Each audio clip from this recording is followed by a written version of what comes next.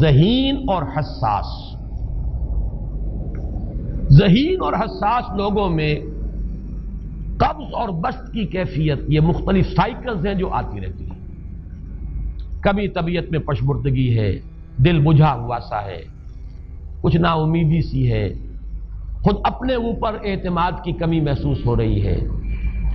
مجھ میں صلاحیت نہیں ہے، میں کچھ نہیں کر سکتا، اب تک جو کچھ کیا اس کا بھی ہے، امنگ بھی ہے، امید بھی ہے، روشن پہلو نظر آ رہے ہیں. قبض کی کیفیت میں تاریک پہلو نظر آتے ہیں، مایوسی کے پہلو نظر آتے ہیں، پیسیمزم کی کیفیت. اور یہ جو بسط کی کیفیت ہے اس میں روشن پہلو. دیکھو یہ بھی تو ہے نا، آخر یہ بھی تو ہوا ہے اور بھی ہو سکتا ہے، آخر اب تک میں نے یہ کام بھی تو کر لیا، آگے بھی مشکل آسان ہو سکتی ہے.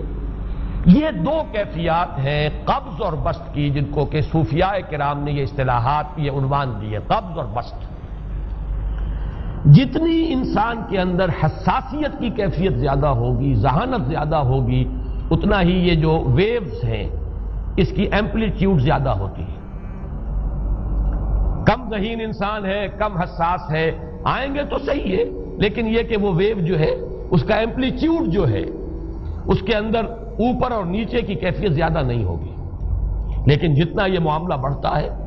یہ جو ویو ہے اس کی ایمپلیٹیوڈ بڑھتا چلا جاتا ہے. لیکن نارمل انسان کا معاملہ یہ ہے کہ یہ حدود کے اندر رہے. اسی کی ایک کیفیت جو ہے ایب نارمل جب ہو جاتا ہے، یہی ہے جو جدید ہماری جو سائیکولوجیکل میڈیسن ہے اس میں اسے مینیکس ڈپریسو سائیکوسس کہا جاتا. مایوسی ہوئی تو اتنی ہوئی کہ جیسے کمر ٹوٹ کر رہ گئی، اور اسی ڈپریشن میں ہوتی ہیں خودکشیاں، خودکشی کر جاتا ہے ڈپریشن. کچھ روشن پہلو نظر ہی نہیں آ رہا، کوئی امید کا پہلو نظر ہی نہیں آ رہا، کوئی صورت نظر نہیں آتی، کوئی امید بر نہیں آتی. کس طرف جاؤں، کدھر دیکھوں، کسے آواز دوں؟ اے ہجوم نامرادی دل بہت گھبرائے ہے. اور جب آدمی محسوس کرتا I can't face these realities، یہ commits suicide. یہ اور جب کیفیت ہوتی ہے انشراح کی تو آدمی خوب بھاگ رہا ہے، دوڑ رہا ہے، امنگ ہے، محنت ہے، دوڑ رہا ہے، امیدیں ہیں، اب ہر چیز کا روشن پہلو نظر آ رہا ہے. عجیب ہے یہ. اصل میں مجھے کچھ تجربہ بھی ہوا ہے، ہمارے خاندان میں بھی یہ مرض موجود رہا. میرے والد مرحوم کافی طویل عرصے اس مینیک ڈپریسو سائیکوسس کے مریض رہے. کچھ ہوتا ہے یہ معاملہ. ویسے بھی شاید ہمارا خاندان جو ہے اس کیٹیگری میں آتا ہے جس میں ذہانت نسبتاً کچھ زیادہ ہے، حساسیت بھی نسبتاً کچھ زیادہ ہے.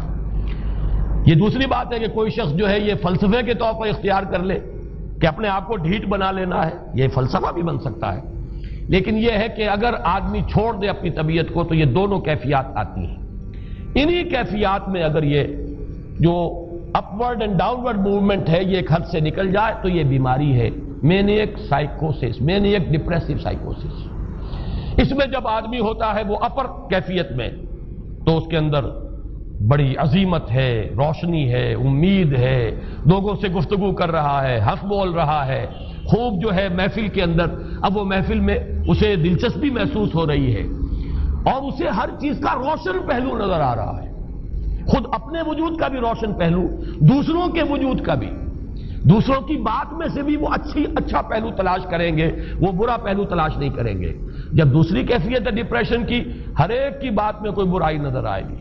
کوئی اس کی نیت کا فطور ہے، کوئی فساد ہے، کوئی یہ جو ہے بدنیتی کے ساتھ یہ بات کر رہا ہے، کوئی خیر کہیں ہے ہی نہیں، برائی ہی برائی ہے، مایوسی ہی مایوسی ہے، بدلی ہی بدلی. یہ ہے در حقیقت وہ کیفیت. اس کو غالب نے بہترین انداز میں تعبیر کیا ہے. ذہین اور حساس انسانوں میں ان کی جو ترقی ہے وہ انہی مراحل سے ہو کر گزرتی ہے. اور ہر ڈپریشن کے بعد، ڈپریشن میں اس سینس میں استعمال نہیں کر رہا یعنی بیماری کی حد تک پہنچنے والی ڈپریشن نہیں، صرف قبض کی حد تک پہنچنے والا معاملہ. ہر قبض کے بعد جب بسط آتا ہے تو آگے ترقی ہوتی ہے، جس کو آپ کہتے ہیں بائی لیپس اینڈ باؤنڈس. آدمی جو ہے چھلانگ لگاتا ہے، گویا کہ ایک درجہ جو پہلے تھا اس سے آگے درجہ انسان کا جو ہے اس سے بلند تر پوزیشن پر انسان پہنچتا ہے. ہر قبض کے بعد جو نیا بسط آتا ہے وہ ایک نئی کیفیت، نئی شان، نئی بلندی، نئی رفعت لے کر آتا ہے. اس کو غالب نے تعبیر کیا ہے بہت خوبصورت انداز ہے، رکتی ہے میری طبع تو ہوتی ہے رواں اور، یعنی شاعر بھی کبھی ایسا وقت آتا ہے شعر جو ہے وہ اس پر نازل ہی نہیں ہو رہا، شعر نہیں کہہ پا رہا، طبیعت میں رکاوٹ سی ہے، بندش سی ہو گئی ہے، کوئی کلام موضوع ہو ہی نہیں رہا، لیکن پھر جب یہ کیفیت جو ہے بدلتی ہے اور جب پھر بست کی کیفیت آتی ہے، رکتی ہے میری طبع تو ہوتی ہے رواں اور، پھر اس کے اندر ایک جولانی نئی ایک کیفیت جو ہے انشراح کی، وہ ایک بالکل نئی کیفیت نئی شان کے ساتھ، یہ ہے وہ معاملہ جو ان آیات مبارکہ کے پس منظر میں ہے۔ اسی لیے اب میں آپ کو اس کا حوالہ دے رہا ہوں، تفسیر مظہری میں قاضی ثناء اللہ پانی پتی رحمت اللہ علیہ نے بہت عمدہ بات فرمائی ہے کہ حالت قبض اگر کسی شخص پر طاری ہو تو اس حال میں اکسیر کا درجہ رکھتی ہے یہ سورہ مبارکہ، اس لیے کہ یہ نازل ہوئی ہے محمد الرسول اللہ صلی اللہ علیہ وسلم پر اسی حالت قبض میں،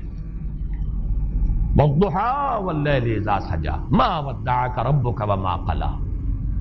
وَلَلْآخِرَةُ خَيْرٌ لَكَ مِنَ الْأُولَىٰ وَلَسَوْفَ يُعْطِيكَ رَبُّكَ فَتَرْضَىٰ أَلَمْ يَجِدْكَ يَتِيمًا فَآوَىٰ وَوَجَدَكَ ضَالًّا فَهَدَىٰ وَوَجَدَكَ عَائِلًا فَأَغْنَىٰ۔ یہ تمام آیات اب معلوم ہوگا کہ جیسے موتی پروئے ہوئے، ایک لفظ قبض، اب اس میں جو بھی واقعاتی اور جو میں نے آپ کو روایاتی جو بھی پس منظر بیان کیا وہ بھی فٹ بیٹھ رہا ہے، وہ خودکشی کا معاملہ بھی آ گیا اس میں فٹ بیٹھ رہا ہے کہ بخاری شریف میں روایت موجود ہے کہ حضور فرماتے ہیں کہ میری طبیعت پر اس درجے اضطراب تھا، اتنی کیفیت جو ہے میری تشویش کی تھی کہ میرے دل میں بار بار خیال آتا تھا کہ پہاڑ پر چڑھ کر اپنے آپ کو نیچے گرا دوں۔ یہ سارے معاملات اب آپ کو محسوس ہوگا جیسے تمام کڑیاں جو ہے وہ جڑ گئی، جیسے رات کو اب آپ اٹھ نہیں پا رہے، اضمحلال ہے، اعصابی جو ہے اعصاب اس درجے متاثر ہو چکے ہیں، صرف یہ ایک احساسات کی کیفیت نہیں ہے، آپ کی قوت فعلی جو ہے قوت عملی وہ بھی اس درجے متاثر ہو چکی ہے کہ کئی راتیں گزر گئی اور آپ رات کو نہیں اٹھ سکے، جس پر کہ ام جمیل کو یہ کہنے کا موقع مل گیا کہ معلوم ہوتا ہے محمد تمہارا شیطان تمہیں چھوڑ گیا۔ اب یہ جملہ اپنی جگہ پر اس کی کاٹ ہے یقیناً، اس سے یضیق صدرک بما یقولون، لیکن وہ کیفیت جس کی وجہ سے یہ جملہ آیا ہے اس پر نگاہ دوڑائیے، اس پر نگاہ کو مرکوز کریں گے تو معلوم ہوگا ایک لفظ قبض، یہ قبض کی ایک کیفیت تھی، اس قبضی کی کیفیت کا ایک مظہر یہ ہے چونکہ یہ بھی تو در حقیقت قلب مبارک جو ہے محمد الرسول اللہ صلی اللہ علیہ وسلم کا، اسی پر تو وحی کا نزول ہوتا تھا، یہ بھی وہی داخلی احساسات و کیفیات کا معاملہ ہے، یہی بھی در حقیقت یہ واردات قلبیہ ہی کا سارا معاملہ ہے، اس کو آپ خارج سے تعبیر نہیں کر سکتے، نہ ابھی کوئی ایسے مصائب تھے، نہ ایسی کوئی مشکلات تھیں، نہ ابھی کوئی رد و قضا ایسی شروع ہوئی، نہ ابھی کوئی بحث و نزاع کا معاملہ ایسا ہوا، نہ کوئی ابھی کوئی فزیکل پرسیکیوشن شروع ہوئی، یہ سب داخلی ہی کیفیات ہیں، اور ان داخلی کیفیات کے حوالے سے ان سورہ مبارکہ کو اگر صحیح سمجھا ہے تو صوفیاء نے سمجھا، وہ جو اقبال کا شعر ہے کہ کچھ جو سمجھا میرے شکوے کو تو رضواں سمجھا، مجھ کو جنت سے نکالا ہوا انسان سمجھا، اور کون سمجھے گا؟ وہ تو سمجھے گا کہ دکھے ہوئے وہ دل کی صدا ہے، وہ کیا ہے جو اقبال کی وہ ایک نظم ہے پرندے کی فریاد، گانا اسے سمجھ کر خوش ہونا سننے والے، یہ تو در حقیقت ایک دکھے ہوئے دل کی صدا فریاد، یہ صدا ہے، تو یہ کیفیت جو ہے رضوان سمجھ سکا ہے جو کہ داروغہ جنت ہے، اس نے سمجھا یہ وہی آدم جو نکالا گیا تھا یہاں سے، یہ اس کی فریاد ہے، کچھ جو سمجھا میرے شکوے کو تو رضواں سمجھا، مجھ کو جنت سے نکالا ہوا انسان سمجھا۔ تو واقعہ یہ ہے کہ اس سورہ مبارکہ کا صحیح فہم اگر حاصل ہوا ہے وہ امام راضی کو حاصل ہو ہی نہیں سکتا، وہ عقل اور منطق کی گتھیاں سلجھانے والے آدمی ہیں، اپنی جگہ ان کی کنٹریبیوشن بہت، یہ لغت اور ادب کا کوئی خاص مسئلہ اس میں ہے ہی نہیں کہ زمخشری اس میں کوئی جولانی دکھائیں اپنی، اس میں کوئی ایسا اشکال ہے ہی نہیں، نحوی اشکال ہی نہیں، لیکن یہ واردات قلبیہ کا معاملہ ہے، احساسات باطنی کا معاملہ ہے، یہ نفسیات انسانی کا معاملہ ہے، اور اس کو وہی سمجھ سکتے ہیں کہ جو ماہرین علم نفس ہیں، اور وہ ہیں صوفیاء کرام ہمارے ہاں، جن کا وہ ذوق ہے، باطنی کیفیات و احساسات جن کا موضوع ہے کہ یہ در حقیقت حالت قبض کی کیفیت ہے۔